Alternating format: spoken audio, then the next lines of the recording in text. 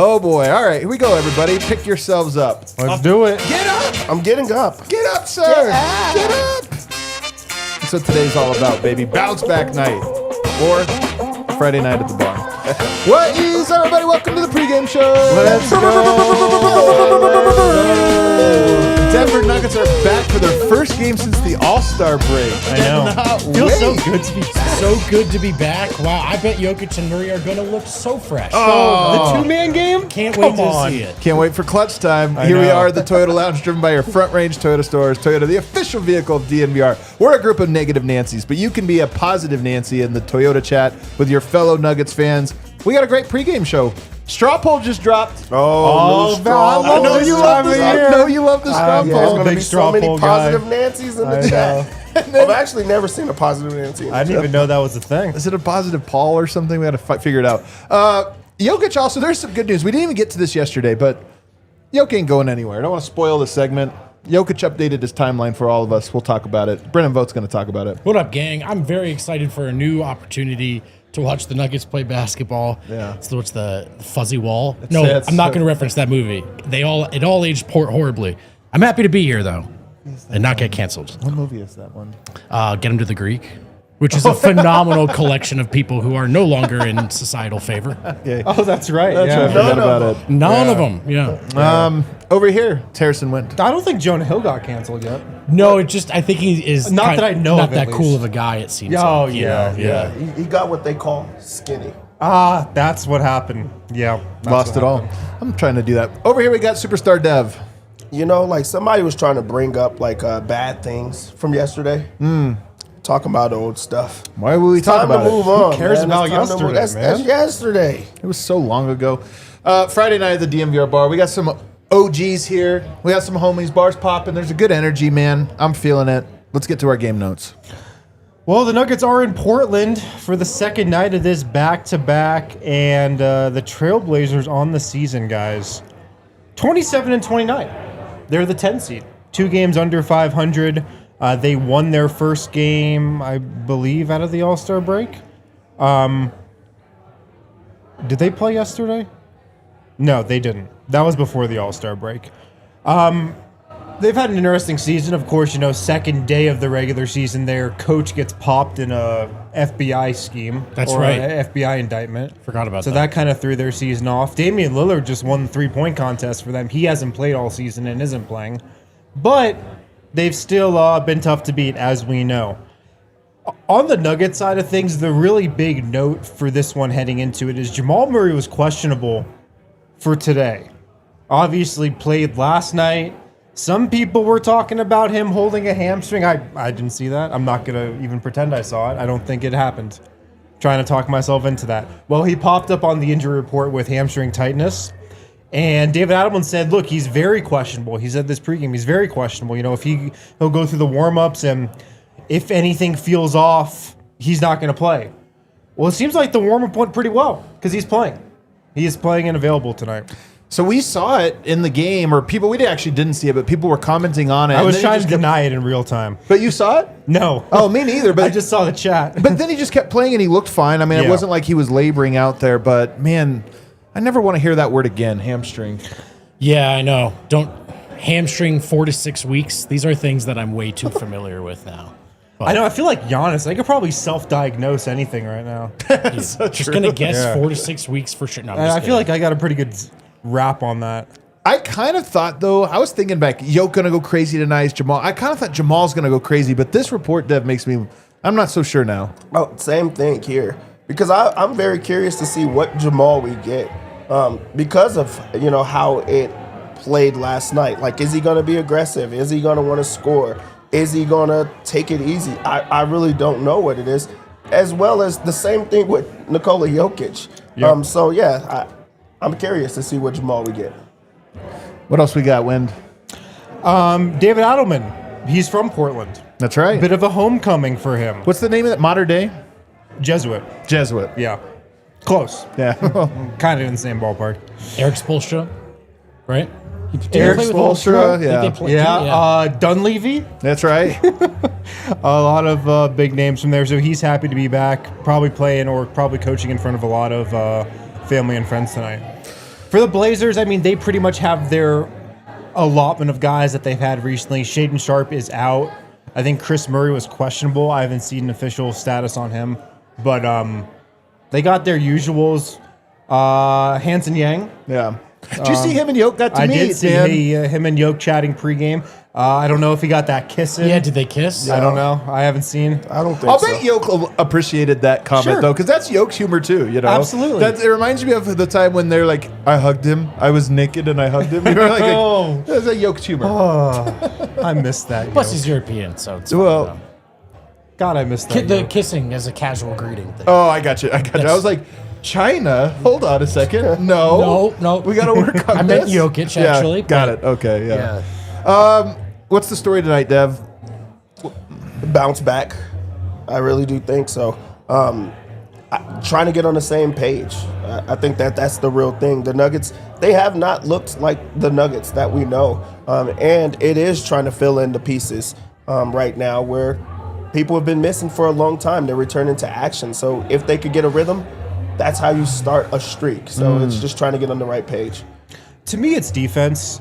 Going back to that last game, it's tough to remember now, but especially in that first half and even throughout a lot of the second half, I agree. the Nuggets defense looked pretty good. Yep, I and it was agree. very obvious that was the message over the All-Star break, I feel like. We just can't be as bad as we were defensively pre-All-Star break. You know, if you look at the defensive rankings, in the 20s, it's a bunch of tanking teams in the Nuggets and the Lakers. But like the Nuggets just can't be this bad defensively all season if they want to really be taken seriously. So I thought last night, defensively, at least it was a good step in the right direction. You got to cut down on the fouls for sure. But I just like the intensity and the focus that they came out with defensively. I hope we see that again early on tonight. What do you think the story is? Well, if it goes clutch again, it's that. Remember they lost a clutch game to Portland earlier in the year, very early in the year. And that one, I actually don't blame Denver for entirely. Man, yeah, that was the jump ball call. weird one. But yeah, I mean, if this is going to be a close game, is it going to look different or better than it did last night? That includes defense. You know, to Wynn's point, I really do. I thought they competed on that end pretty much until the final minutes when they gave up some silly buckets. So, yeah, can they keep that up? But then also to the point you made last night, does keeping that up exhaust them on the other end? Where's their conditioning level with the way this roster is, tattered, beleaguered, and how ready are they for two-way basketball? For me, when we used to have Michael Porter and he would miss some shots, I'd be like, I'm going to bet on Michael Porter's threes until he makes them because I just never believe he'll miss threes many games in a row. That's how I feel about Yoke tonight. I'm just like, I know he's in a slump, but I'm like, I'm so focused in on him because I think it's so hard for him to have a bad game, and yet he's had a handful in a row that I'm like, I just expect tonight to be awesome. And they do have athletes. They do have the ability to press the ball handlers in the set. And I just wonder if tonight is a Jokic night. You know, I think even he has to kind of be feeling some of the like frustration out of what's going on. So once again, if it doesn't happen tonight, guess what I'll be saying in the next game on Sunday? It's Jokic night. It's Jokic night. And so tonight I just feel like I want to see the big fella get back to what we all know he can be. Speaking of the big fella, Tim Bontemps dropped his latest straw poll. It's so I swear to God, he drops these 1 week early every time. Because I always feel like the narrative shifts almost immediately after. And, you know, maybe Yoke's lost a little momentum here or this or that. But if you look at the straw poll, firmly number 2. If you look at these, Shai Gilgeous-Alexander has a stranglehold on this.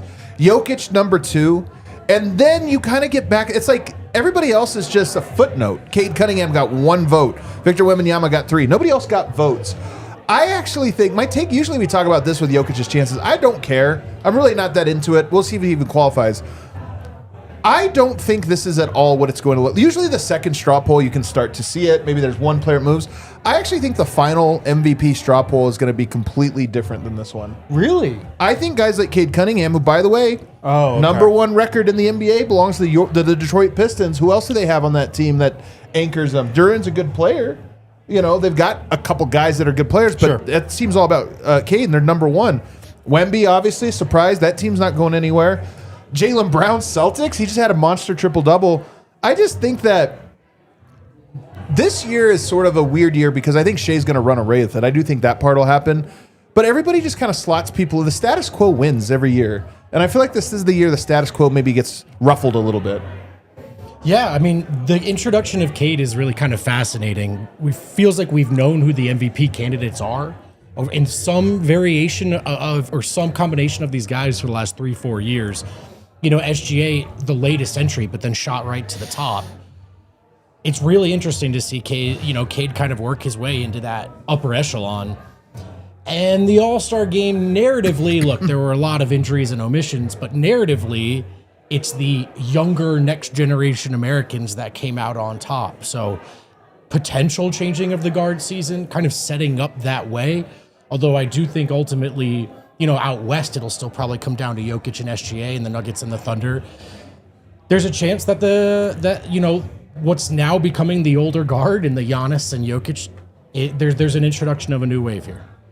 I love the fact that Cade is up there now. It's a new name to the mix that has not been around, who has finally arrived. Like, he should have got more votes than that. That's what I mean. I think it would have happened next week. Yeah, right. I mean, he's going to move up in that second one when people finally realize what the Pistons are accomplishing and what they're truly doing. But having Jokic at number 2 right there, and he's in a funk, and it's been a while, and he's still right there. He's still getting talked about, as the best in the world, and that's going through a rough patch right now. So he still can turn that around, and honestly, I want him to just, not to say bow out, but I just want him to either go into the lead and be back to himself, or he doesn't have those things looming right now while he's trying to get himself there. Because right now it's either going to go one way. He's going to go all the way up, or he's going to drop out of that top 2 spot right now. So it's about just trying to find a rhythm and get the Nuggets as many wins as possible right now. Yeah, there's probably a little window here for Jokic to get back in this thing. I agree. There's a little window. It's closing. It's closing pretty quickly, but it's still on the table. He's going to have a hell of a close to the season, and they're probably going to have to sweep the Thunder in these last 3 games to make that happen. That's all anybody remembers, though, man. For sure. Well, this is why this is so funny. There is momentum and narrative and this or that, but people will forget every player's slump and everything else if you just close really strong. Oh, he has 3 statement wins against the Thunder? Yeah, it's a race again. Well, what it comes down to is is he going to play every single game from here on out? He can only miss one more game. That's also that's the whole idea of him not being, number 1 or number 2. Yeah. Is the idea of if he's going to do that, if he pushes for that. Yeah. And SGA quietly is missing games himself, right? So that missed games gap is sort of shrinking. You want to know something, Vote? I don't think SGA is injured at all. Really? I don't think he's injured at all. What do you think? Why would they? Kill! Conspiracy quarter. This is the perfect time to give him 2 weeks off with the All-Star break and then ramp back up before the end of the season. Bro, this is incredible. This is the perfect time. This is an incredible They take. have the cushion in the West. They don't though.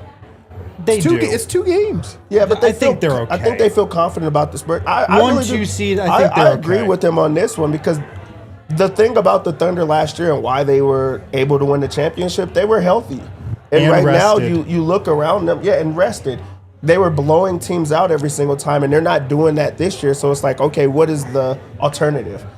They are going through their own health things right now. So what's the point of pushing it right now and putting him through that? With the All-Star break, you can get him 3 straight weeks of rest right here and then bring him back with 20 games to go. And still be number 1 in the West.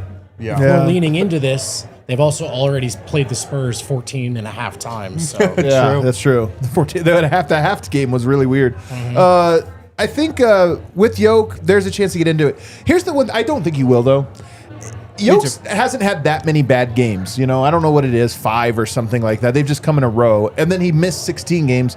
And I just look at that and say, 20 games out of 80 is kind of a lot if you just say about, not making the impact or whatever. But he was so freaking good to start the year, and I think he's going to be so freaking good here in short order, hopefully starting tonight, that he deserves to be, talked amongst those guys.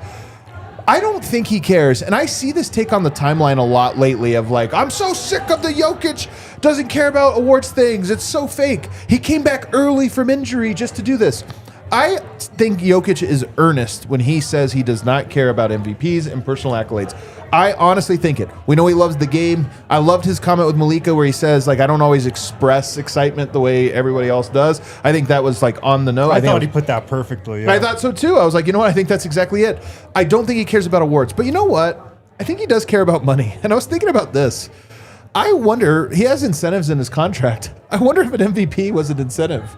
I wonder if first team all NBA is an incentive. I wonder if games played is an incentive. And then I was thinking about this and I was like, I don't think Yoke cares about individual accolades, but I bet he does care about an extra $1 million or $2 million. Not in like a pure like greedy way or something, but in that a way that, yeah, I could see him being like, no, I'm playing because this game, if I sit this one game, it's going to cost me $500,000. Could very well be a factor, yes. Could very well be a factor. I never thought of it. But I also think one of the biggest incentives for Jokic is that he just doesn't like missing games. So the rushing back, which again is debatable to begin with, that he rushed at all, but rushing back would just be, this is the longest I've been away from the game since I started my professional career, and I don't want to miss any more time. I probably think that's at the top of the list. The money thing, though, yeah. I mean, look, once you have a chance to make that much money based off little micro decisions, like a lot of people might find that they care more about money than they thought as well. I think it's possibly true. Speaking of Yoke's interview, though, with Malika, I love that every year. He's like, he has to do these. He sits down with Malika Andrews, gives her 3.5 minutes. But it was great. It was a great 3.5 minutes. Okay, someone, all right, so I really wish I could credit this person. I don't know your username. Someone on Nuggets Twitter put out the thought that, if Jokic wants a better whistle and all that stuff and the benefit of the doubt with the league, maybe you got to play ball a little more. I think it's a fair take, man. There's maybe a little there's to something this. to the crossover between the face of the league stuff and the favorability of your whistle. There might be something to it. But in this interview, what I want to talk about, we've long talked about Jokic retiring early and just wants to get back to Serbia. I'm going to give you two things that I actually believe. And I have I'm not going to say like sourced Sitting on up in our chairs, okay. I'm not like saying sourced on this because it would be a dumb thing to say. But I have reasons for believing this. I don't think it's a lock that Jokic just goes straight back to Serbia whenever he retires. I think there's a chance that he splits time between Denver and Serbia for a time being. And maybe even somewhat more permanently that he's actually just not gone, which I think would surprise people because I think everybody thinks we'll never see him again. I don't know if that's totally true. It's possible. I don't know if it's totally true. But the other one is we used to think Jokic will retire early. We've said it. But over the last 5 years or so, we've kind of looked and said, you know what? I don't think he is. There's a lot of money he could make if he continues to play. And he loves the game a lot more. He's more competitive than people think. And I think he does understand that if he lives to be 80 years old, he'll get to play pro basketball and retire halfway through that. He'll have half a life to not play basketball. I don't know if he's a rush to get there. But in the interview, he had this to say about his own retirement timeline. Let's play the clip. You're going to be 31.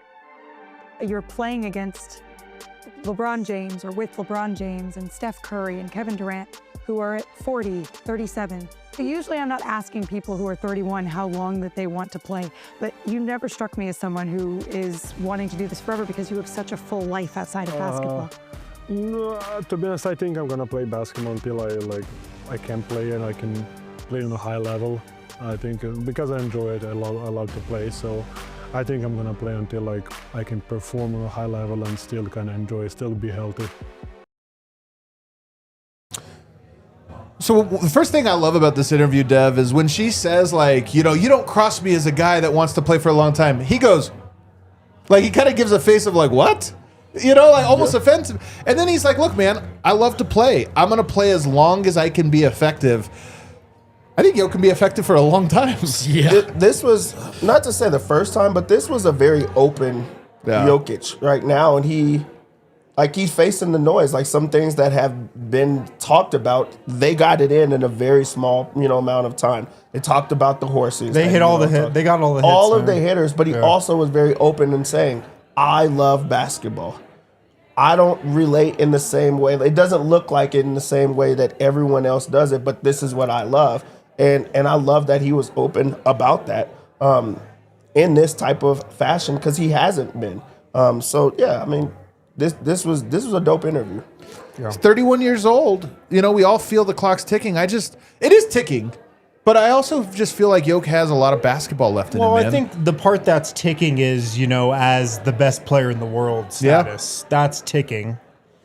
But I don't think Jokic as a quote-unquote great player in this league is ticking. One of the best players in the league, which will hurt. He's going to be, in that conversation for a long time to come. Might not have the title always, but I think we've still got, a 3-4 year runway here where he can be in that tier. And then after that, as he's in his mid-30s, upper 30s, he's still going to be really good. So I think it's just going to be about, how much enjoyment he still has, how healthy he is. Those are probably going to be the two biggest factors. I think very, very large factors in this and as well. This is killing me. He stands to sign consecutively two of, and when they're signed, the biggest contracts in NBA history. Yeah. Right? So I would probably try to make it to, at the very least, this next one, of course, but even the one after that if I can, because it's at that point, it's life-changing money for generations beneath you as well. I mean, he's so that's a big part of it. That's why I never was really too worried about the early retirement thing, is he got so good. It's very kind of you. That what was at stake were hundreds and hundreds of millions of dollars that I don't think many people would walk away from.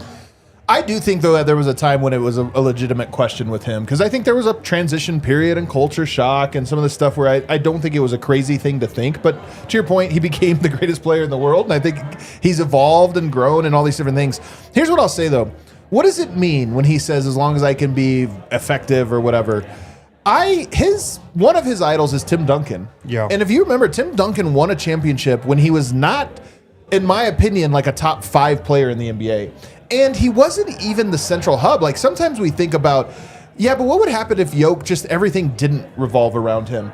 Jokic's such a great player that even if he was, we'll say, the 10th best player or 12th best player in the league, and the Nuggets weren't designed to fit his style completely, I still think he would be an incredible player in a system. And I think when Jokic looks at this, he doesn't, I don't know if there's a vanity to, I just don't know if I could handle not being the best player in the league. I actually think he would be like, as long as I can contribute to a winning team, that is what he would consider. And for me, I'm like, that's probably like 8 years. Yeah, I think that's a good point. The Duncan comparison is really good there. I think you're right that he could take that similar path, though. And as long as the Nuggets were playing the right way, as long as, it was... As long as we still had that same feel about this team, I feel like he'd be good with it.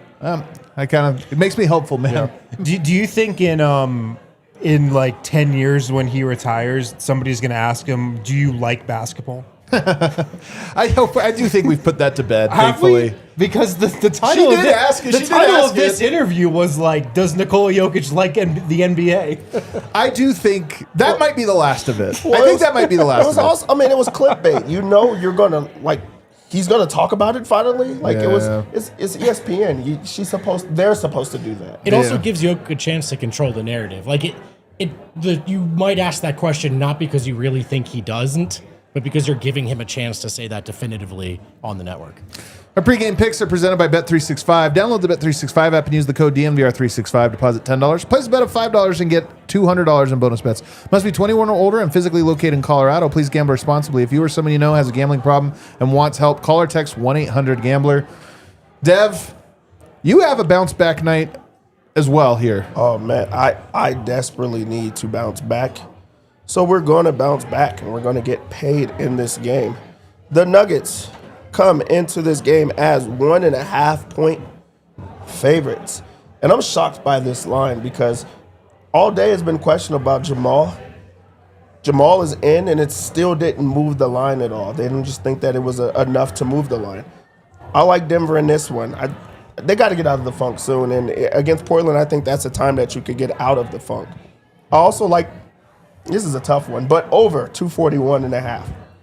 Fast pace, scoring, This Portland team, they want to score. It's not just straight defenders as it was in the past. They're scorers, and I think Denver has to keep up with their scoring. We know what type of defense it is. They're giving it up right now. On the other side, our first bet up is Drew Holiday over 15.5 points. He's unleashed right now. I feel like there's a lot of players that were prisoners at their last team, and now that they're unleashed, they get to shoot the ball. They get to get back to being a very good players. Mathurin right now, he looked incredible last night. Yeah. Drew Holiday is now in a spot where he gets to get back to playing basketball, and I think we forget how good of a player he was. So I think this is a spot that he's going to be able to score. So I'll go with the over on him. For our threes bet, it's a new guy right here. Julian Strawther. Oh, my God. 1.5 3-pointers. Really? He's getting some damn good looks right now. I mean, he's wide open. Is he starting, he's by the shot way? ready. Yes, He's starting. He gets this in the first quarter as well because they go through him because of how do we slow down Jamal? How do we slow down Jokic? I like We this can't one. let these other people get off. I like Julian Strawther's threes. Sticking with Strawther, another line that I like. He looks really good in the starting lineup. We're going to go over 9.5 points for him. He's been doubling up this. He just doubled this up. And I'm excited to see if he continues this stellar play. This is his best stretch, but as a starter, I want to see if the points can continue to rise in there. This is a low line for him. Think he's able to get this. We already start out with the 2 3-pointers. Maybe he could get these in 3-pointers alone. So I like that one. Next up, we have Bruce Brown over 13.5 points, rebounds, and assists. He looks good right now. He looks refreshed. He looks spry. That's what makes me feel good. This is a confident play. Bruce Brown is doing everything. I love the fact that he's able to score. That just opens it up even more. Brown has looked good as a facilitator as of late, and he was diamond last night. Getting everyone, he looks better in that regard as a passer. Also, he's helping out on the boards. His rebounds plus assists is at 6.5, and I like that a whole bunch. 6.5 rebounds plus assists for Christian Brown. I already talked about it. I don't know what to expect out of Jamal. Is it going to be a scoring night? Is it going to be an assist night? I think it's going to be an assist night. I'm just going to go with my gut on this one. It's at 7.5 assists. Drew Holiday is no slouch defensively. He's going to hound. So you got to get the ball out of Jamal's hands. I like the assist. Let's do a Jokic triple-double again. Oh, I cannot believe he did not get this one. It's plus money, brother. It's plus money, which we have not seen in a long time. And also, it's about manifesting vibes right now for him. You want him to get back to himself. This is a spot to get back to himself. Why not Portland? I'm sure Blerick wants to see it. Blerick, man, he needs it. And for our lock, Nikola Jokic over 12.5 rebounds. He's been doing this. It's fast-paced. This is expected high-scoring game with plenty of opportunities. And they don't have just a efficient guy that just can score. Just think there's going to be a lot of misses that he'll be able to gobble up. He's also grabbing rebounds offensively and going straight back up with it. I think the rebounds happens. I like these ones, man. We get a triple-double. I'll be feeling good. We got anything, Kale? Vibes are low, man. Why would you super chat? We get it. But vibes are about to be picked right here tonight, man. Nuggets back in action. We should be thankful. Don't take it for granted. We'll see you guys over on the watch along set.